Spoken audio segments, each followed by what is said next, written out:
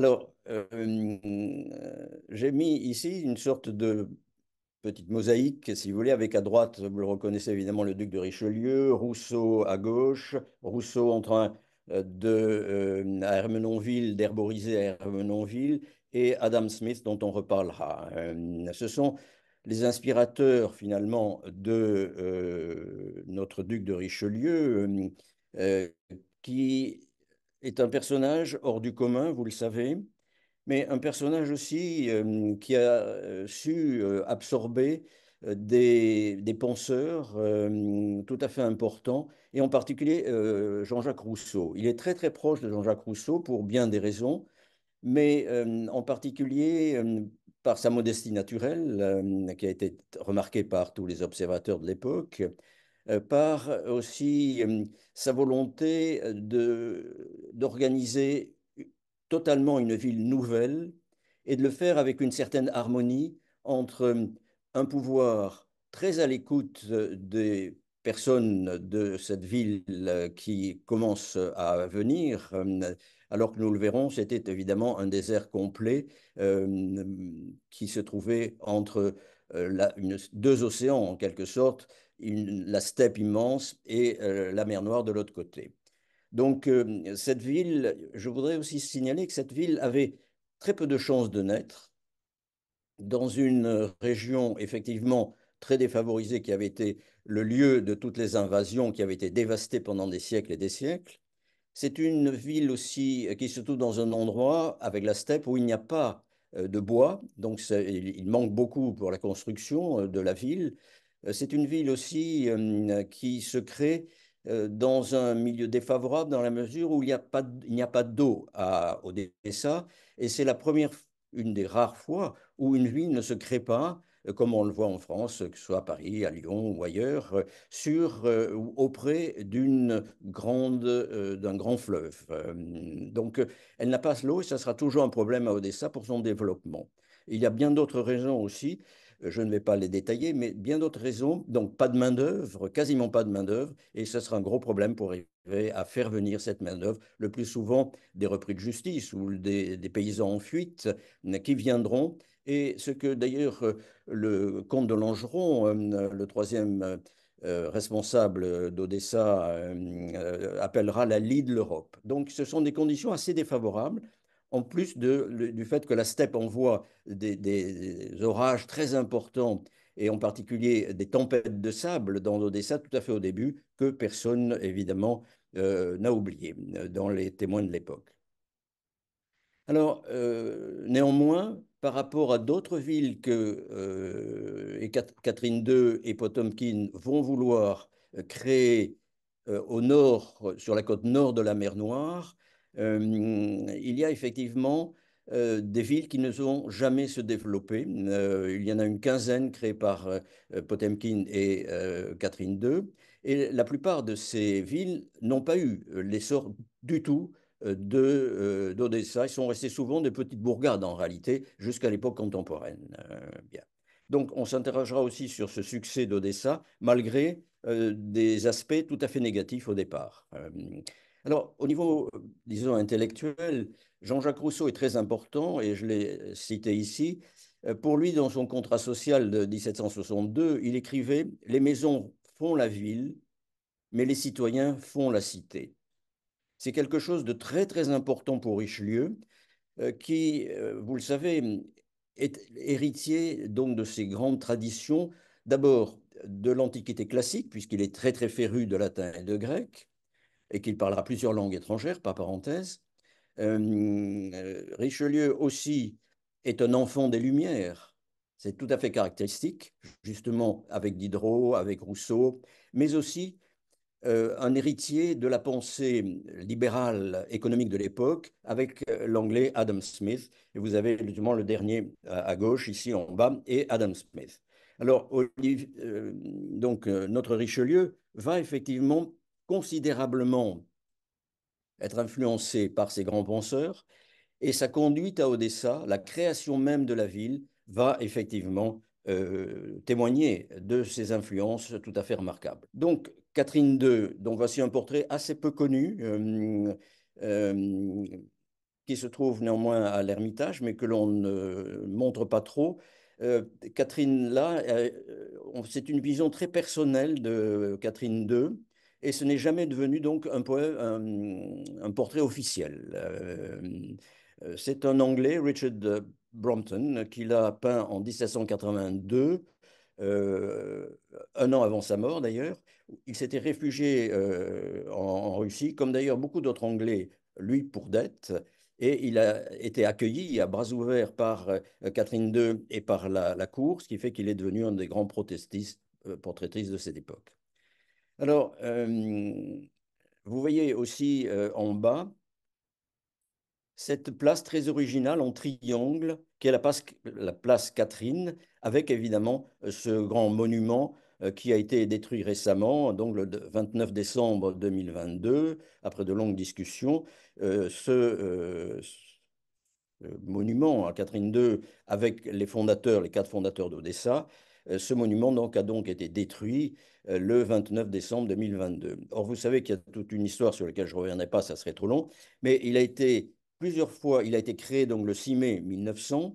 Il a ensuite été détruit par les bolcheviks qui ont mis Marx à la place, et il a été assez tardivement remis à sa place par euh, euh, la communauté odessite avant d'être à nouveau détruit. Alors, il faut s'interroger sur les raisons qui effectivement ont amené cette destruction, et en particulier, on le voit à gauche, la dernière photo à gauche, Catherine II a été abattue effectivement par l'Ukraine actuelle, ce qui rejoint un peu ce que disait tout à l'heure Isabelle.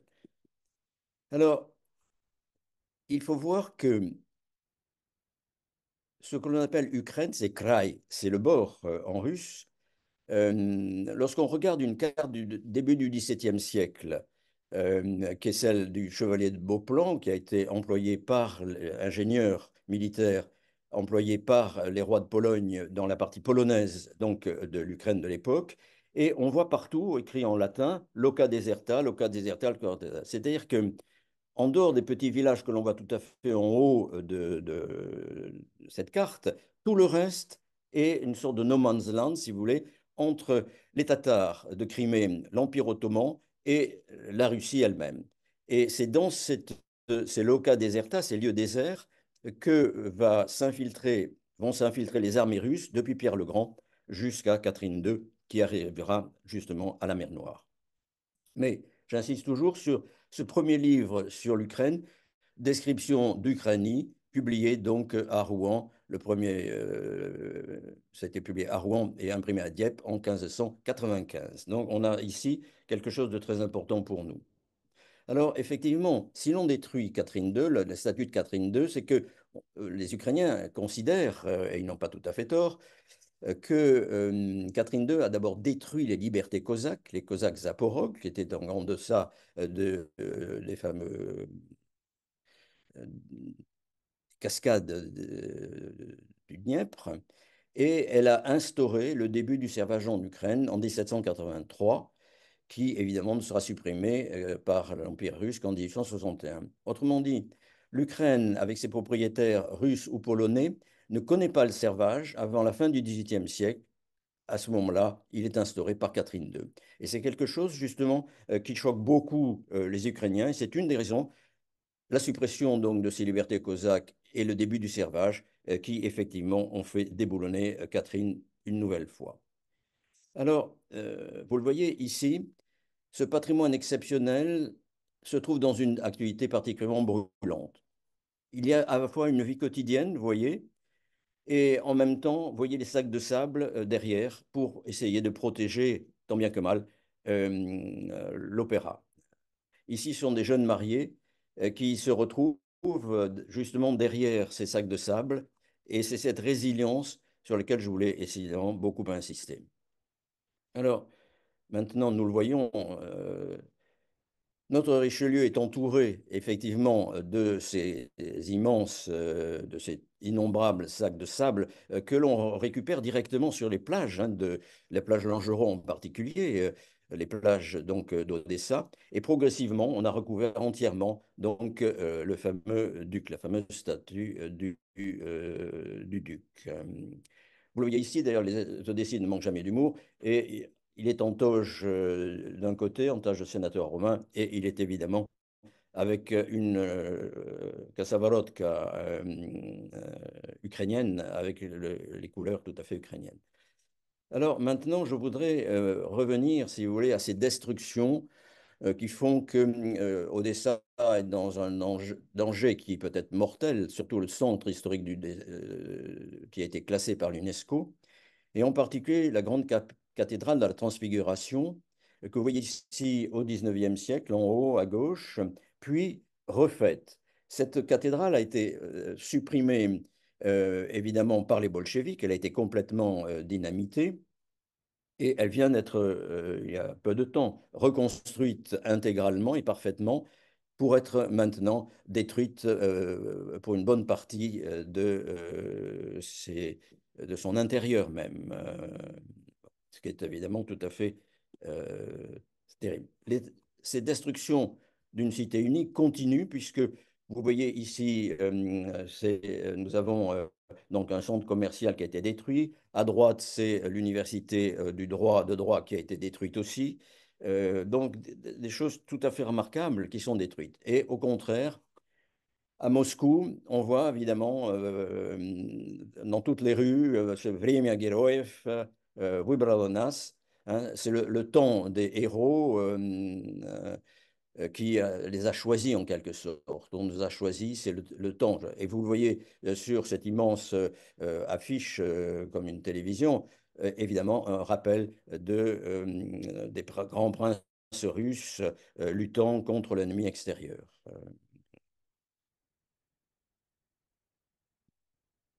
Voilà ces destructions. C'est le musée des Beaux-Arts qui a presque été détruit aussi par ces fusées russes. Il n'y a pas si longtemps. Et j'avais pris ici un détail qui m'avait intéressé d'Odessa en se disant, mais ce pauvre Puto, justement, s'interroge devant cette guerre imposée à l'Ukraine. Mais c'est simplement un élément décoratif d'une demeure, mais qui prête peut-être à réfléchir un petit peu à ce qui arrive actuellement.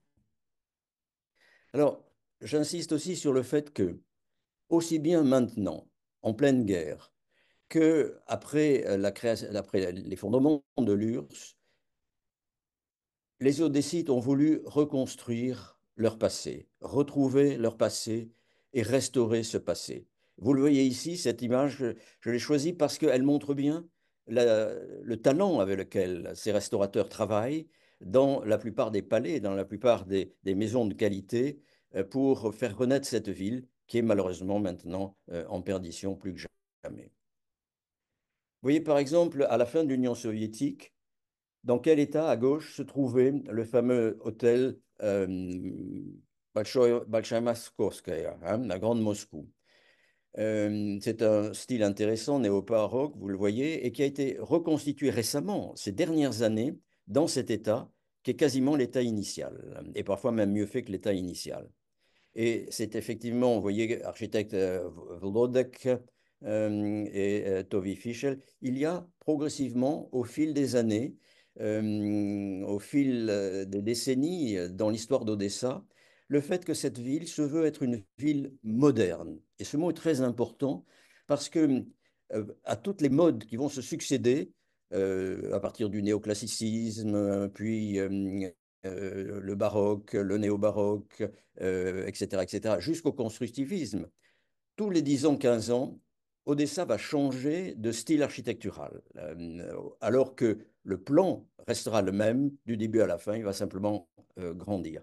Et au fur et à mesure que l'on arrive vers la fin du 19e siècle, puisque Odessa n'a qu'un siècle en gros, avec maintenant quelques années de plus au 21e, il va y avoir de plus en plus d'architectes d'origine juive qui vont travailler à Odessa et très largement dans ce style moderne dont on pourra reparler.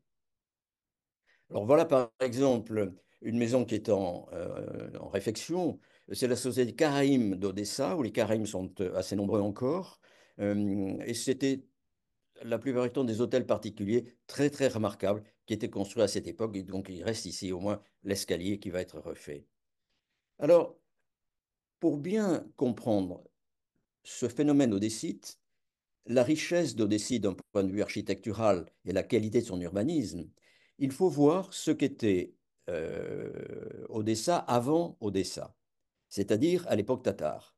Vous le voyez sur ce tableau de Gennady Ladijensky, un des peintres d'ailleurs d'origine juive, comme il y en aura à partir, puisque jusqu'en 1850-60, il n'y a aucun peintre juif, puisque il n'a pas n'ont pas la possibilité, s'ils sont juifs orthodoxes, de reproduire effectivement l'être humain, de reproduire des paysages, de reproduire des animaux, etc. Et tout ce qui est sur la terre et sous la terre. Et donc, cela déjà, ce qui est important pour cela, parce que c'est un des premiers peintres juifs de renom, et il formera toute une pléiade de jeunes peintres de grande qualité. Et vous voyez, c'est une œuvre importante de 1,63 m qui améliore un petit peu peut-être ce qu'était le village de Hadji Bey à l'époque avec sa mosquée. Il y avait aussi des chameaux, on les décrit parfois, et en haut, la forteresse au milieu, et à gauche, c'était le hangar, si vous voulez, l'entrepôt des munitions. Et vous voyez que le port qui est à gauche, on voit très bien la mer et un bateau, le port était absolument misérable. C'était une petite passerelle et c'était certainement tout à fait comme cela. Bon, en fait très proche en réalité de cela. Voilà d'ailleurs un des premiers plans du village de Hadji Bey, dont le prédécesseur d'Odessa. Vous le voyez, il est presque complètement désert. Vous avez en haut, donc ici, ce qu'ils appellent le château, la forteresse, si vous voulez, euh, et vous voyez ici, en haut, le dépôt justement des armes, et deux petits chemins, si vous voulez, et un village qui est ici, qui est absolument misérable, qui est très, très, très... c'est même pas une bourgade, si vous voulez.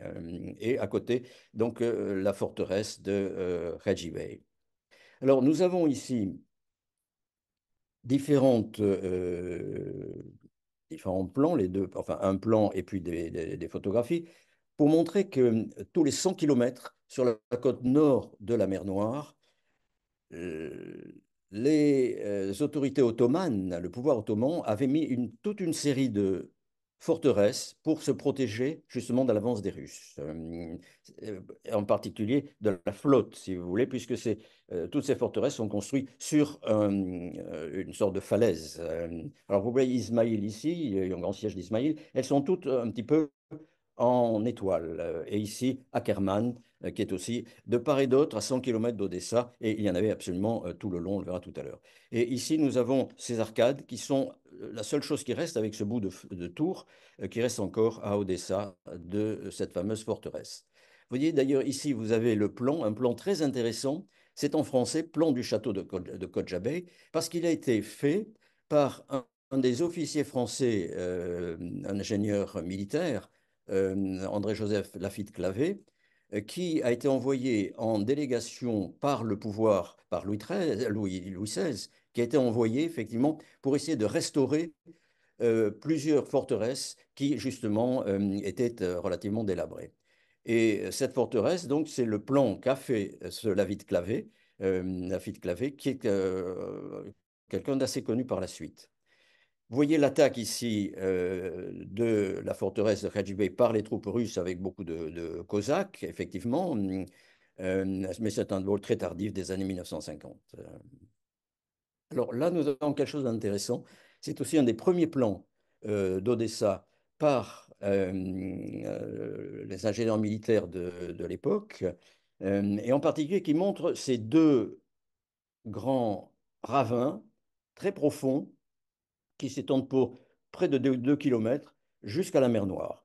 Et c'est là que va se construire, que va se créer le plan d'Odessa et l'urbanisme d'Odessa pour dépasser le problème que posent ces deux ravins très profonds.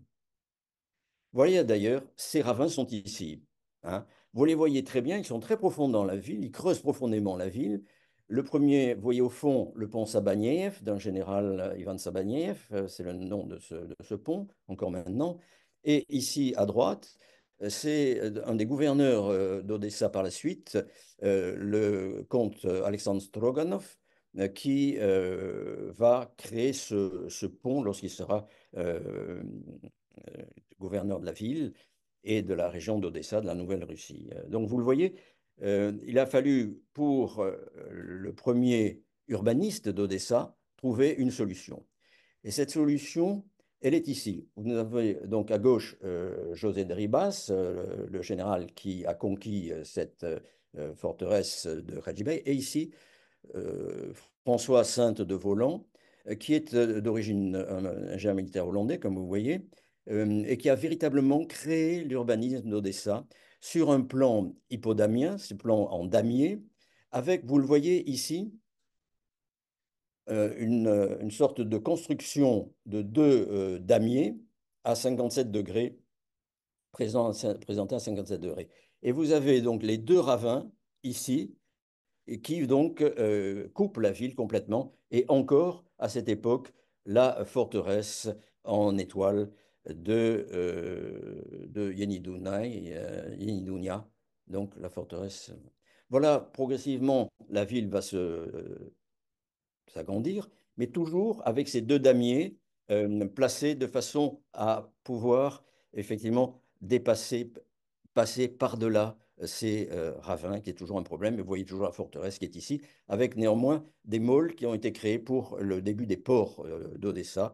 Il y a au moins trois ports d'Odessa. Voilà, donc actuellement, vous voyez très bien sur cette photo, Boris, donc d'avion, vous avez ici ces deux damiers qui sont restés exactement comme ils étaient au moment du début de l'urbanisme d'Odessa. J'ai montré ici deux autres plans qui sont assez curieux. Milet, 5 siècles avant notre ère, avec justement Hippodamos de Milet qui met en avant ces sortes de damiers, si vous voulez, pour faire des villes très rigoureuses. Et puis la Nouvelle-York, comme on met sur sur ce plan français, justement, de 1763, c'est évidemment New York. Voilà. Alors, on pense toujours que Hippodamos de Milet a tout inventé en inventant ces fameux damiers qui permettent d'avoir des vies, un enchevêtrement rigoureux de rues. Mais vous voyez que dans cette civilisation de Mohenjo-Daro au Pakistan, vous avez exactement ce même système.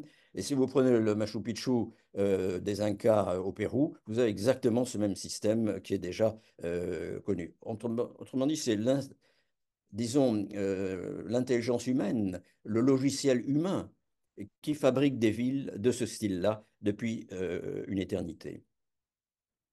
Alors, ce qui est curieux, c'est que nous avons ici, dans la création d'un mythe, ce mythe d'Odessa, c'est aussi ce mythe du plan que l'on retrouve ici comme décor de ce plateau.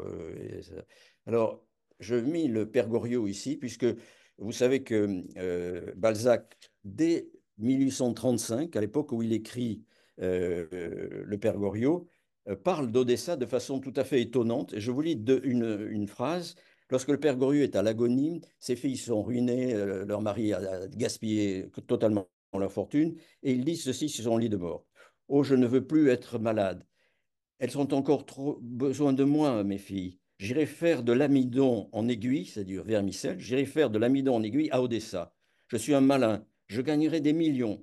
Je veux aller à Odessa, pour elle, à Odessa, y faire des pâtes. Oui, c'est tout à fait caractéristique que cette ville qui est à peine créée en 1803, quand Richelieu arrive, en 1835, presque, enfin, 30 ans après, devient un mythe qui a une importance européenne pour que Balzac le reprenne ainsi.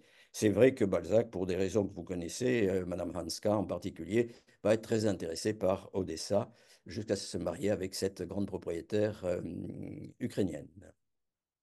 Alors, lorsqu'on parle de ville idéale, effectivement, la ville idéale a toujours été une obsession de certains penseurs on les retrouve évidemment en Angleterre avec More, c'est bien connu, ces utopies, si vous voulez, urbanistiques, mais on les retrouve aussi au XVIIe siècle français.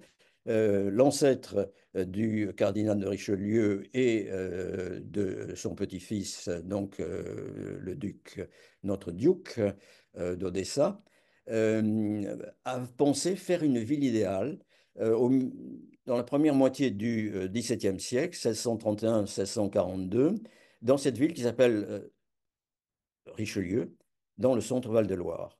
Vous le voyez, cette ville est construite de façon extrêmement rigoureuse. Là aussi, elle sera construite sur un plan hippodamien et avec exactement, si vous voulez, ce rectangle qui se veut absolument parfait.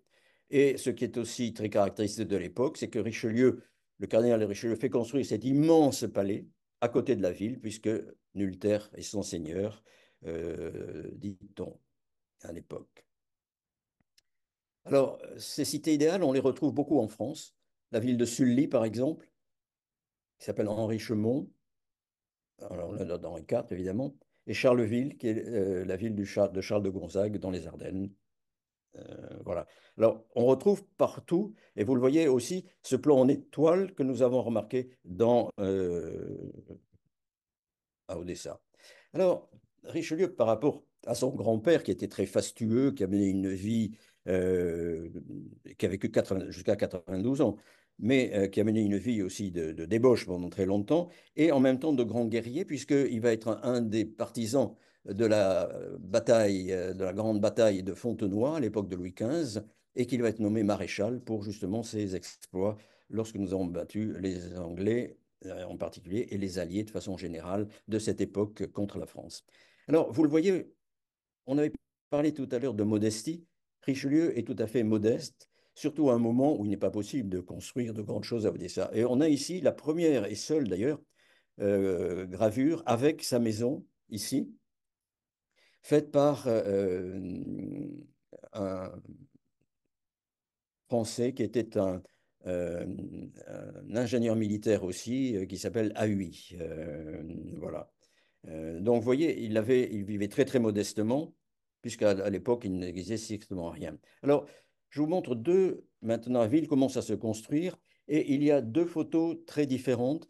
Il y a la photo où l'on voit cette grande falaise de plus de 40 mètres qui domine la mer, avec les palais qui commencent à se construire ici, la douane qui est ici, les bateaux qui arrivent, mais il n'y a pas encore d'escalier. Donc, cette gravure date d'avant 1825, où c'est l'architecte italien Francesco Boffo qui va faire les premiers plans de ce immense escalier, l'escalier géant, comme on disait à l'époque, que l'on voit ici en 1825. Et ce que je voudrais faire, c'est très rapidement vous citer quelques vers de Pouchkine, qui dans Eugène Onégine, par exemple, le voyage d'Eugène Onégine, donc il écrivait en 1823 pour une grande partie à Odessa, dit ceci.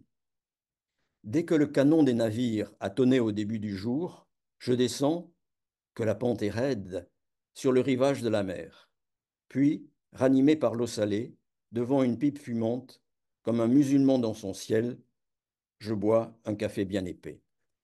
Vous voyez, donc Pouchkine descendait, comme on pouvait le faire à cette époque, jusqu'à la mer pour se baigner. C'était quelque chose de très, très moderne à l'époque, comme le faisait Byron, par exemple, lorsqu'il était en Grèce. Alors voilà peut-être la seule gravure que l'on ait qui rappelle ce café tatar, qui était peut-être presque celui que Pouchkine a connu, avec justement ces pipes, ces longues pipes, effectivement, lorsqu'on fumait et buvait le café ici. Alors, vous voyez, là aussi, Odessa se construit, l'escalier commence à se construire ici, la douane au premier plan à gauche. Et quelques années plus tard, après 1825, déjà le théâtre à gauche, au-dessous la douane et les bateaux dans le port, tout ceci montre une ville qui se construit. Il n'y a d'ailleurs même pas, l'escalier est à peine visible ici, mais toujours sur ce plan hippodamien, avec ici la création de plusieurs ports, le port de quarantaine, le port de commerce, le port de passagers et le port de commerce. Alors, je le disais tout à l'heure, Odessa a été créée dans une nature très hostile. La steppe fait des centaines et des centaines de kilomètres.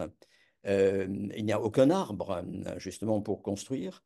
Et récemment, d'ailleurs, le musée de ce peintre Quincy qui a fait ce tableau a été dévasté par les bombes russes.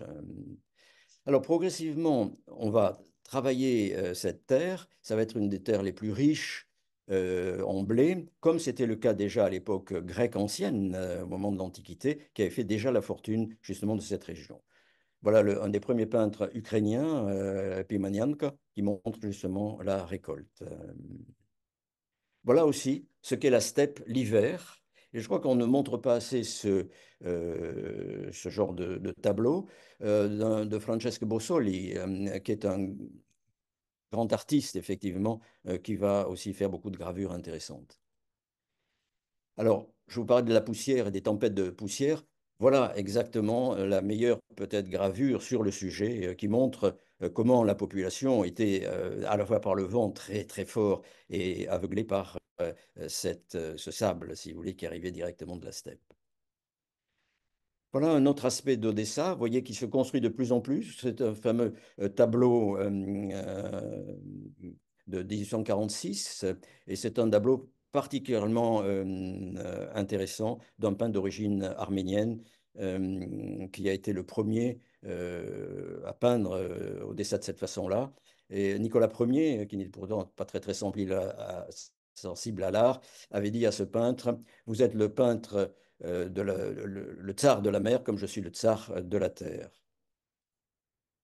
Voilà aussi le danger que représente l'accès à Odessa, ces tornades, ces tempêtes extrêmement violentes qui ont d'ailleurs qui ont entraîné le naufrage d'un négociant qui était très très proche de Richelieu, Charles Sicard. Alors, cette ville va être construite, vous le savez, grâce au calcaire coquillé que l'on trouvait à travers ces galeries, en creusant ces galeries qui font maintenant, on parle de plus de 2000 kilomètres. En tout cas, ce sont des galeries très, très considérables, avec, vous voyez, des sortes de pierres comme des briques qui ont permis de faire la plupart de ces palais et de ces maisons, même si c'est un calcaire assez fragile. Alors voilà justement une des premières photos de l'escalier Potemkin avec le public et ce qu'on appelle l'escalier du boulevard de Nicolas. Nicolas était un des grands princes qui avait combattu les Turcs et comme il a vécu à Odessa, on lui avait donné, c'était Nikolaïevski Boulevard en russe, boulevard de Nicolas. Voilà le port vers 1900, le port de quarantaine ici, où effectivement tout bateau, et en particulier de touristes, devait s'arrêter, et de voyageurs devaient s'arrêter à Odessa pour effectivement subir cette quarantaine. Puisque la peste venait souvent de Turquie, en particulier d'Istanbul, de Constantinople, et donc c'était aussi une crainte considérable.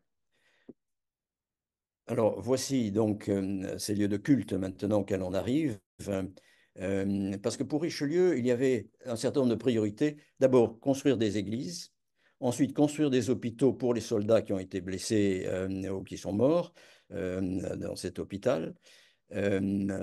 Enfin, l'éducation qui était très importante pour lui. Et puis le théâtre. Richelieu disait, mais il n'y a pas de ville, ce n'est pas une ville s'il n'y a pas un théâtre. Et vous verrez qu'il en faudra construire de très beaux. Alors voilà le monastère Pantéléïmon et l'école des cadets, dans des photos très anciennes véritablement, et c'était les premières photos un petit peu en couleur. Voilà les églises donc, catholiques d'Odessa, l'église à Sainte-Trinité, église orthodoxe grecque, et évidemment un nombre important de synagogues, en particulier cette grande synagogue euh, construite par Morandi, Francesco Morandi, puisque les 8/10 des architectes d'Odessa jusqu'en les années 1830-1840 sont d'origine italienne.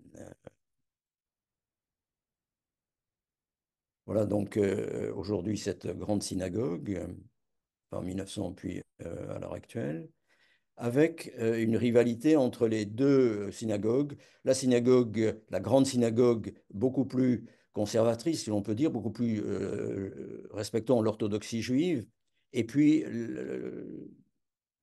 cette synagogue, très connue aussi, la synagogue Brodsky, c'était les Juifs de Brody, c'est-à-dire de Galicie autrichienne. Donc, ce sont des gens qui parlent allemand, en fait.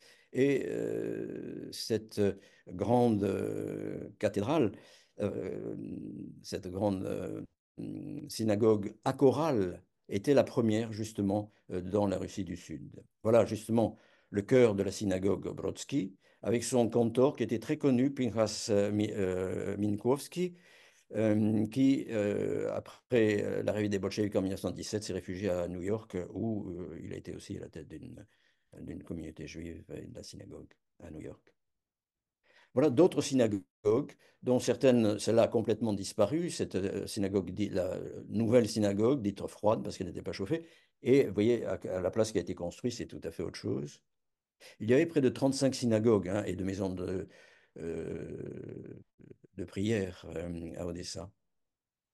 Voilà, ça c'était par exemple ce qui reste de la synagogue des bouchers de viande cachère, qui est maintenant le centre donc des Juifs d'Odessa, qui est tout à fait depuis 1992, particulièrement intéressant, rue Malaya Arnaoutskaya.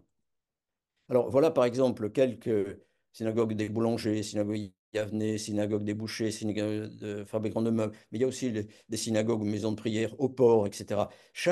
On a l'impression que chaque corps de métier avait sa synagogue ou sa maison de prière à Odessa. Par exemple, ici, cette petite synagogue Beit Chabad, euh, créée dès les années 1920 pour vêtir les juifs pauvres d'Odessa. Et on l'a refaite, elle était en très mauvais état. À peu près toutes ces synagogues, évidemment, ont été détruites ou on en a fait des hangars pendant la période soviétique, et une seule que je vous montrerai tout à l'heure, à l'extérieur du centre d'Odessa, avait été préservée.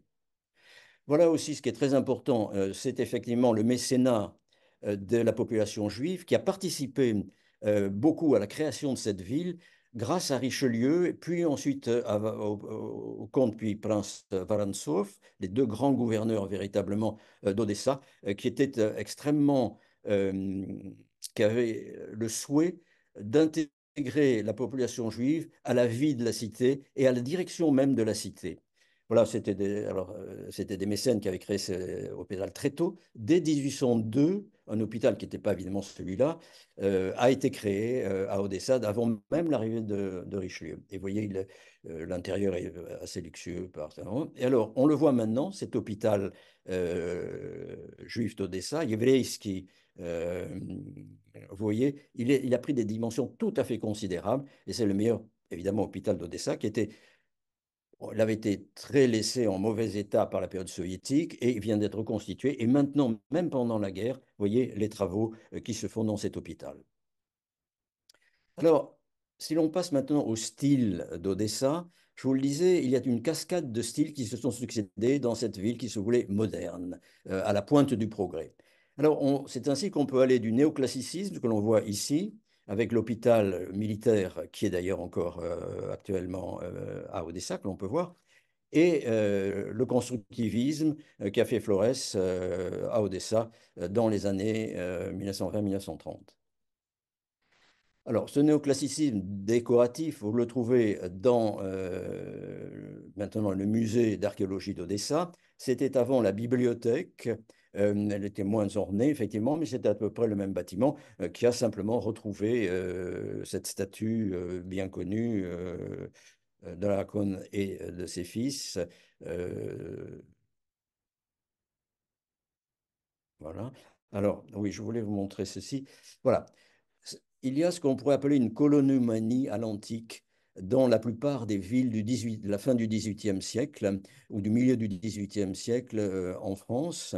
On le voit sur le modèle de la maison carrée de Nîmes, c'est la maison carrée, la fameuse alors, d'époque romaine, bien évidemment, jusqu'à la période stalinienne où tous les instituts qui se respectaient, comme ce MADI, qui est simplement un institut de construction de voies terrestres, Et vous le voyez ici, en Angleterre, c'était la même chose. Et on voit ici, à Paris, justement, dans l'ancien parc de la famille d'Orléans, maintenant le parc Monceau, à Paris, ces colonnades purement décoratives. Alors, c'est la même chose, et vous le voyez à Odessa, il y aura ces colonnes décoratives, et celle-ci, bien connue à droite, qui est celle du comte Vorontsov, du palais Vorontsov, sur lequel voilà, on reviendra. Vous voyez cette colonnade qui est très très éloignée, plus décorative, mais qui était intéressante parce qu'elle surplombe totalement la grande falaise qui va jusqu'à la mer. Alors, je reviens à l'hôpital militaire parce que c'était aussi quelque chose que je voulais immédiatement construire Richelieu. Et il fait appel à un très bon architecte, Thomas de Thomont, d'origine franco-suisse en réalité, qui va donc construire ce grand hôpital et aussi le théâtre, sans lequel donc il n'y avait pas de vie culturelle pour, évidemment, notre ami le duc. Voilà le théâtre que va construire aussi Thomas de Thomont et qui avait avant construit, vous voyez, ce magnifique bâtiment ici, qui a été longtemps le musée de la Marine d'ailleurs, sont les colonnes avec ces colonnes rostrales qui se trouvent au bout de l'île Vassili, Vassilievski Ostrov, à Leningrad, Saint-Pétersbourg. Il a construit donc et ce sont les plans de Thomas de Thomont pour ce théâtre qui vont donc être mis en scène, si je puis dire, et construits par un architecte italien. Alors voilà toujours ce premier théâtre d'Odessa. Euh, et si je prends cette gravure, c'est parce qu'on on retrouve cette photo lorsque ce théâtre a été incendié en janvier 1873. Je crois que ce sont des bougies qui sont tombées et qui ont fini par incendier le malheureux théâtre. Alors, voilà donc ce fameux escalier que vous connaissez bien, qui mène ou qui descend du boulevard Primorsky, qui a été l'œuvre initialement d'un architecte italien, Francesco Boffo, et de l'ingénieur général, au départ ingénieur militaire, un polytechnicien d'ailleurs, Charles-Michel Potier, qui fera partie des 4 ou 5 polytechniciens que la France enverra à l'époque, au tout début de l'époque napoléonienne, lors de l'entrevue de Tilsit en 1807. euh, Napoléon rencontre Alexandre Ier, tsar de Russie, qui lui demande justement la possibilité d'envoyer des spécialistes pour construire des ponts, construire différents édifices, si vous voulez. Euh, et c'est parmi eux, il y aura ce Charles-Michel Potier et bien d'autres. Ils ont été très très étudiés maintenant, on les connaît assez bien. Alors, voici ce qu'ils vont construire progressivement avec de très bons architectes, c'est-à-dire cette grande façade sur la mer que l'on voyait tout à l'heure dans le tableau d'Aivazovski, avec différents palais occupés par les aristocrates, évidemment, des époques successives. Là, nous sommes effectivement au moment où l'on voit, je voulais vous montrer à travers ce tableau de Varabiov, un peintre des années 1830 en Russie, et cette gravure, vous voyez parfaitement ici le côté décoratif, si vous voulez, de cette grande colonnade qui domine le port et la mer Noire. Alors, ce boulevard Primorsky va donc s'étage entre, si l'on regarde la mer, du côté gauche, le palais du prince Vorontsov, et du côté droit, c'est la mairie. Et il fait tout le long, il doit faire près de 2 kilomètres, 800 je crois, tout le long, vous avez justement ce boulevard de la mer. Voilà encore le palais donc, du prince Vorontsov avec les meubles qu'il pouvait y avoir, les meubles d'époque Napoléon ou retour d'Égypte. Voilà, parmi les grands architectes, Francesco Boffo, que l'on voit à droite, a été choisi comme architecte par beaucoup de personnes, mais en particulier par la princesse Sophie Potocka, pour construire ce très beau palais qui est maintenant le musée des Beaux-Arts d'Odessa. C'est un palais tout à fait admirable, très beau. Tout à l'heure, on a vu qu'il a presque été détruit par les fusées russes. Voilà comment, j'espère que ceci n'a pas été touché. Les salles sont très très somptueuses. Et il y a ce magnifique petit escalier que l'on comprend difficilement parce que d'habitude ces palais ont une grande entrée et un magnifique escalier qui montre au premier où sont les pièces de réception. Et là, les pièces de réception sont euh, à l'étage, au premier étage, comme on dit en russe, mais le rez-de-chaussée pour nous. Voilà les palais absolument somptueux des grands aristocrates russes. S'ils ne vont pas sur la Côte d'Azur en France, vont justement sur la mer Noire et vont créer ces palais absolument somptueux comme ici un des grands propriétaires, en Tolstoï justement, euh, grand propriétaire foncier près de Moscou, Koursk, Kharkiv, Kherson, etc. Euh, et c'est un des plus beaux palais, effectivement, avec ici une photo de l'intérieur, d'un des intérieurs. Euh, voilà aussi les grands salons et malgré tout une fusée qui a failli tuer, enfin détruire complètement ce palais. C'est au moins ce qu'il reste de la destruction souhaitée du centre d'Odessa. Là, c'est intéressant, ce comte Mikhail Dmitrievich Tolstoï avait créé, accolé à son palais, un très grand immeuble uniquement en style alors, néo-baroque, disons, pour sa galerie de peinture. Et c'est là qu'il avait effectivement, il était à la fois un grand bibliophile et un grand amateur de peinture de très très haut niveau, de très grande qualité. Les princes Gagarin ne pouvaient pas évidemment faire exception parmi les grands aristocrates. Ils avaient ce grand palais. Et voilà d'ailleurs un des princes Gagarin, qui était d'ailleurs le père d'une des peintres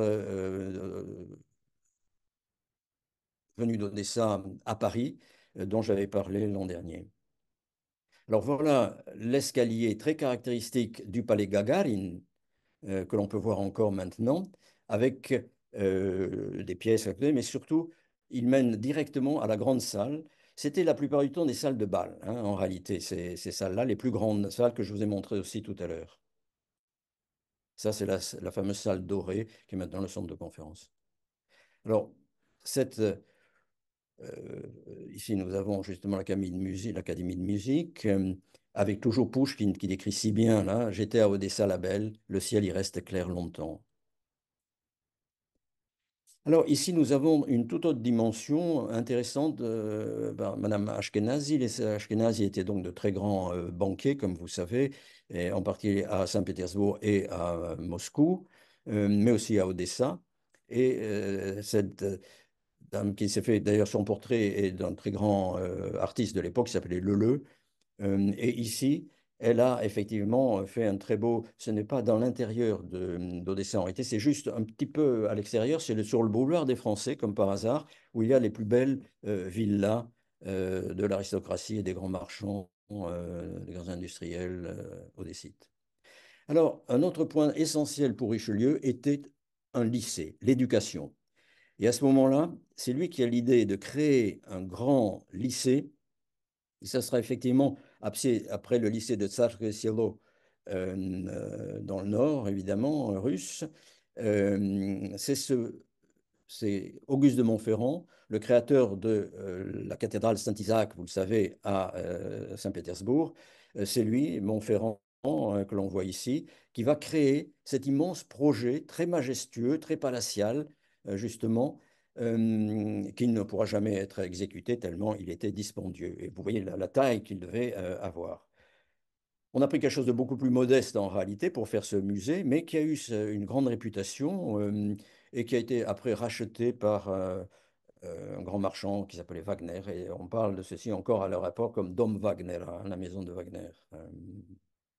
Alors, après ce que je viens d'essayer de vous montrer, un point très important, vous savez, pour Odessa, ce sont les marchés. Et en particulier le vieux marché, qui deviendra le marché Privoz à partir de 1900.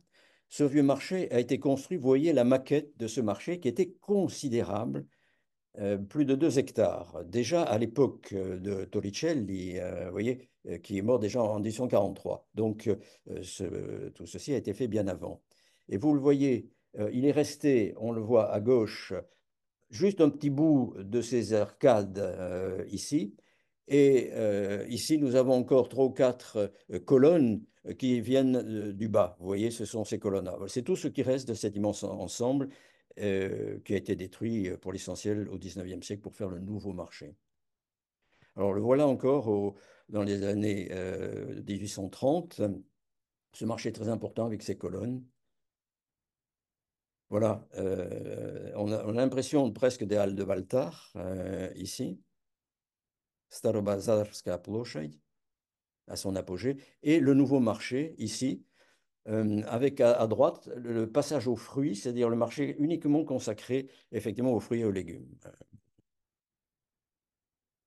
Voilà d'ailleurs maintenant le marché aux fruits, le marché aux poissons, qui se distinguent assez, qui sont très remarquables. Le marché est tellement important, je vous ai parlé d'ailleurs de cette blague où on dit à Odessa, bien, les Odessites vont au marché comme ailleurs on va à l'église. Ça vous montre l'importance que le marché peut avoir. Et bien voilà. Alors les transports aussi dans une ville qui commence à prendre des proportions assez importantes, dans les années 1880, évidemment, il n'y a que ou 1860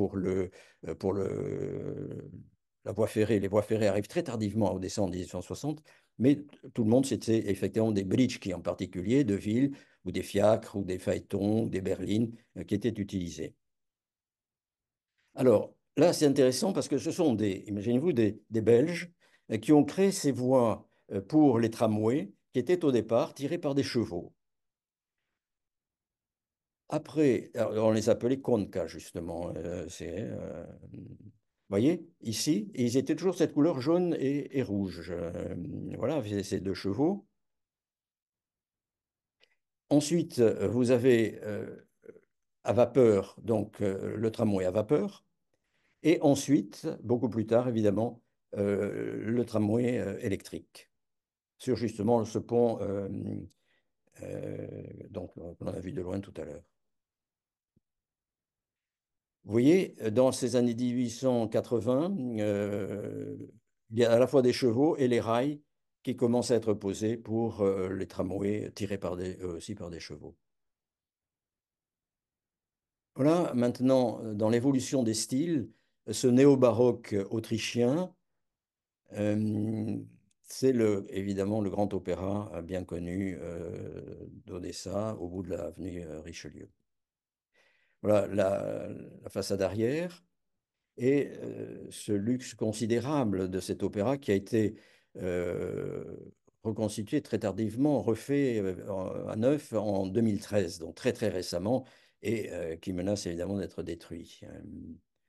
Voilà aussi. Alors c'est une princesse Baratinska, qui s'appelle Abukhova Baratinska, qui sera une des grandes cantatrices.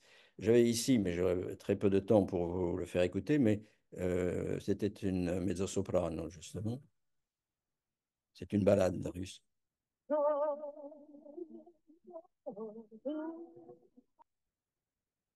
Alors, si ai pris cet extrait, c'est parce que justement, elle chante les grappes euh, parfumées des acacias. Ces acacias que Richelieu a plantés lui-même, qu'il a voulu absolument dans toutes les rues d'Odessa et qui sont un des symboles d'Odessa, chantés d'ailleurs par Babel ou dans ses récits d'Odessa.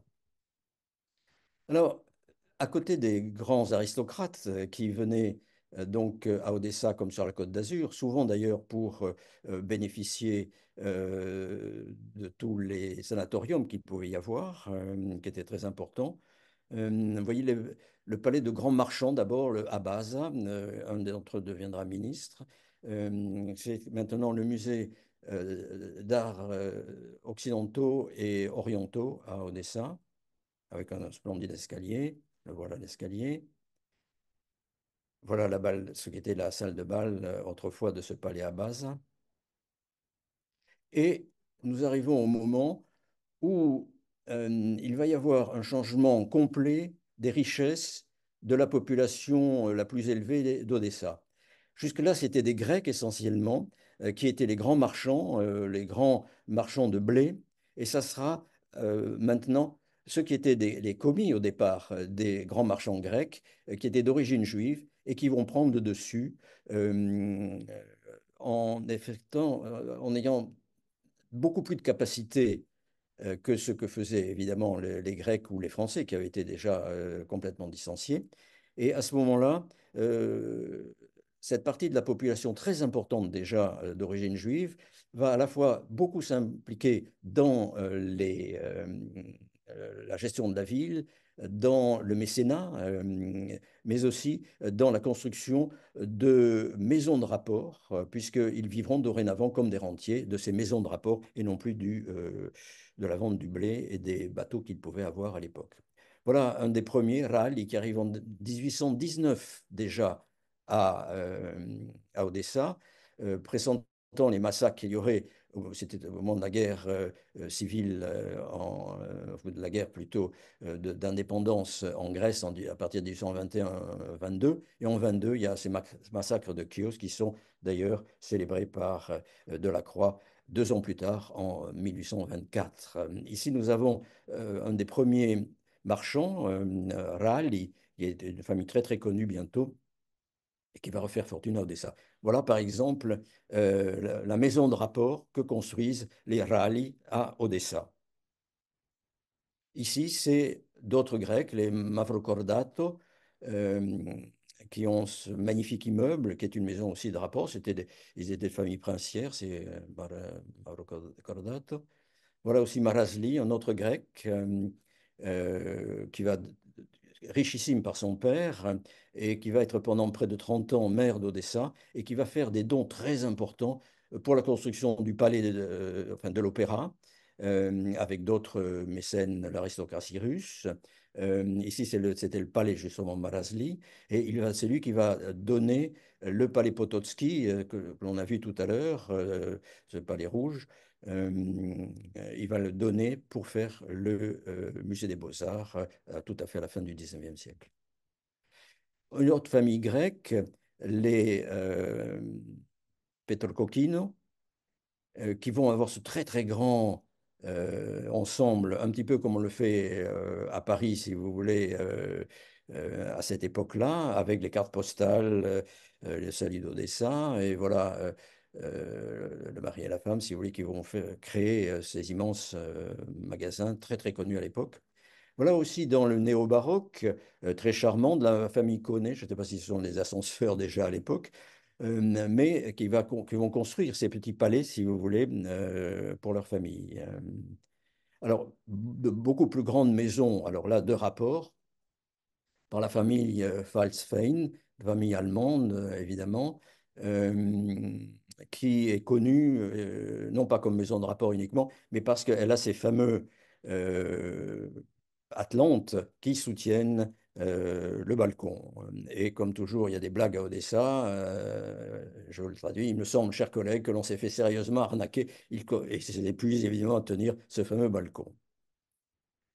Voilà maintenant, dans ce style néo-baroque, des grands hôtels qui vont être construits dans la deuxième moitié du 19e siècle, surtout à partir des années 1880, et qui ont souvent des noms anglais, l'hôtel de Londres, Londonska Gazzinica ou l'hôtel Bristol. C'est le cas ici, par exemple, de l'hôtel Bristol, récemment restauré, et je me demande dans quel état il peut être maintenant.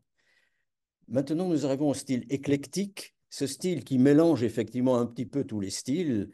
Ça peut être le néoclassique, ça peut être surtout le néo-baroque, quasiment parfois le moderne aussi. Le fameux passage, vous savez, donc il y avait beaucoup de boutiques autrefois, maintenant c'est beaucoup moins des boutiques, mais vous voyez le luxe absolument farfelu qui est celui dans ces années 1890-1900.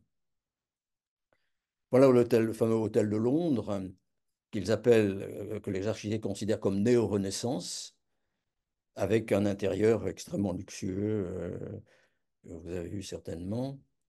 Ici aussi, dans ce style éclectique néo-Renaissance, la fameuse bourse au blé, qui est devenue maintenant la Philharmonie depuis déjà pas mal de temps. par cet architecte italien Bernardazzi. On arrive maintenant aux sortes de néo-baroque rationalisé en quelque sorte, comme cette maison de rapport aussi, de la famille Osmidov.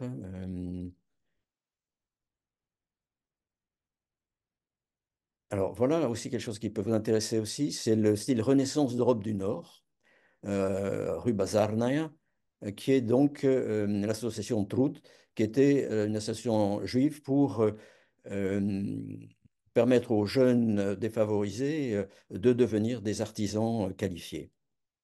Et c'était, vous voyez, extrêmement important, un très très grand immeuble.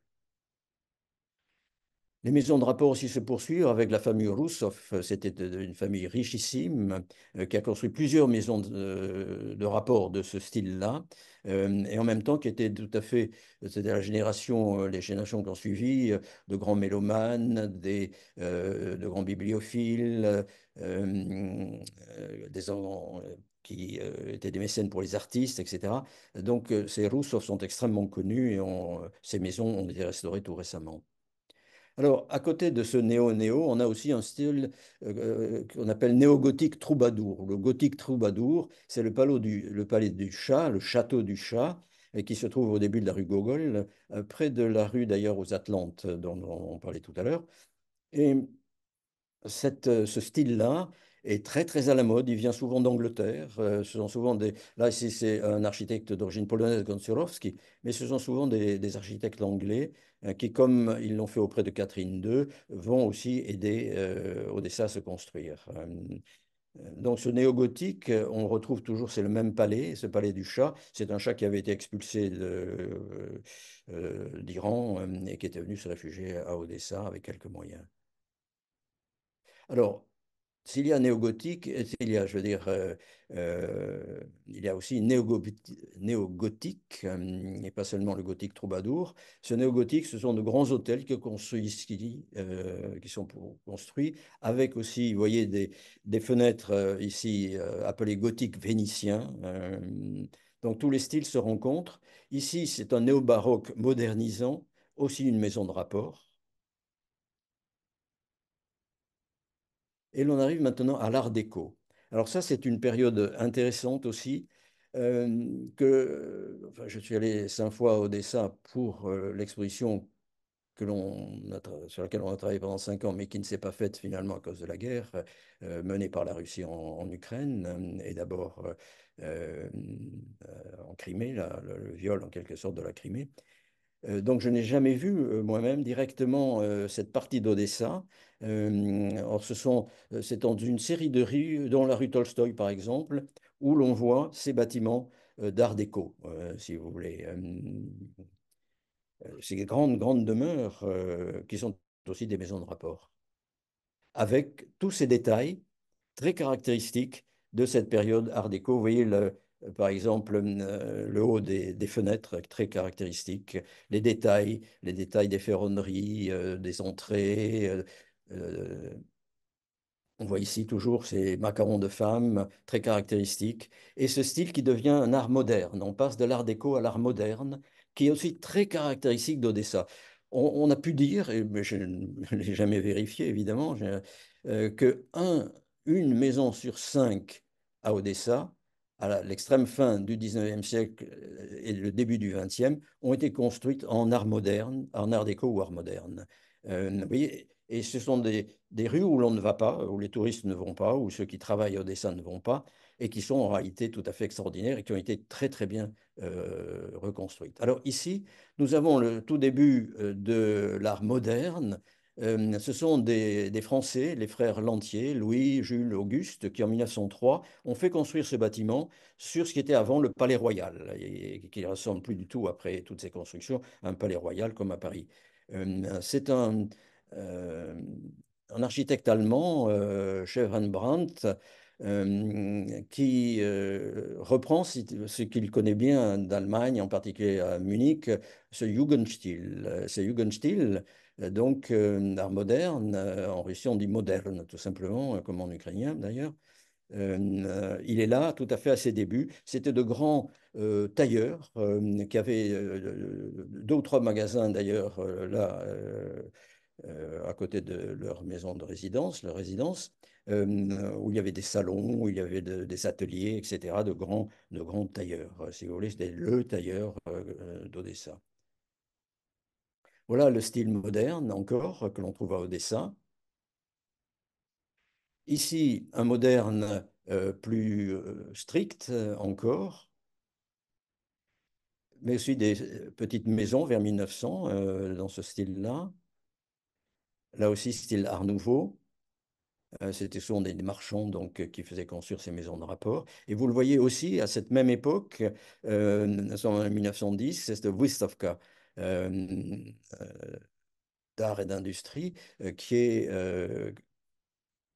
développée au niveau international entre mai et octobre 1910. À l'occasion, je pourrais reparler de cette foire immense qui a eu un succès tout à fait considérable. Vous voyez l'escalier Potemkin et puis ces forgerons dans le style de cette époque, avec les lettres de cette époque aussi. Voici une maison qui s'appelle la maison de la femme pendue. Elle était dans un état absolument dévasté, elle était dévastée complètement, et ils ont refait au moins la façade pour montrer ce qu'elle était autrefois, avec ce mélange d'art déco. Effectivement, cette femme ici et ses différents ornements végétaux. Et justement, là, alors c'est une légende, effectivement, une femme se serait pendue dans cette maison. Et voici en art déco, justement, ce qui était une banque.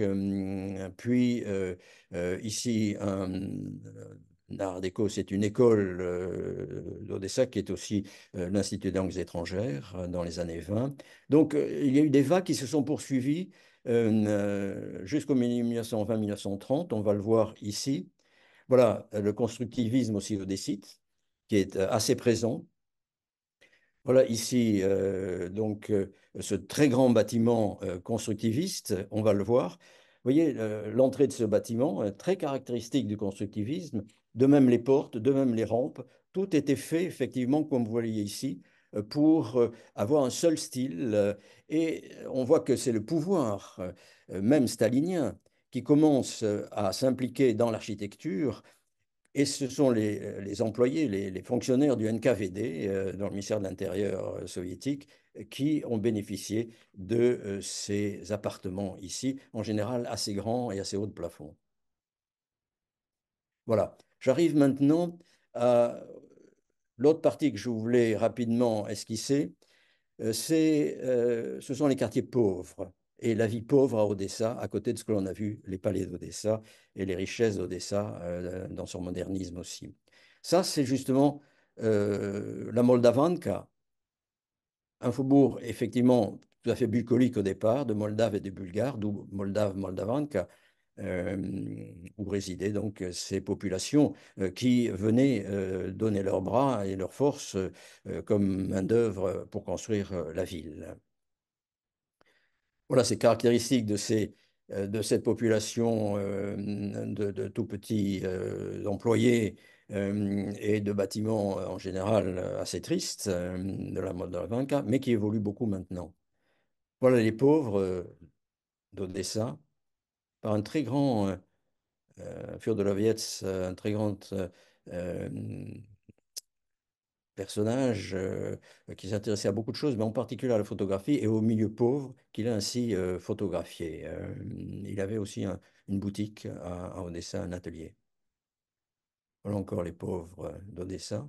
Il faut dire que la moitié de la population juive à Odessa était sous le seuil de pauvreté, hein. C'est celle du port, c'est celle de la Modavanka qui était extrêmement pauvre, effectivement, et c'est celle que décrit très bien Isaac Babel dans ses récits d'Odessa, ses contes d'Odessa.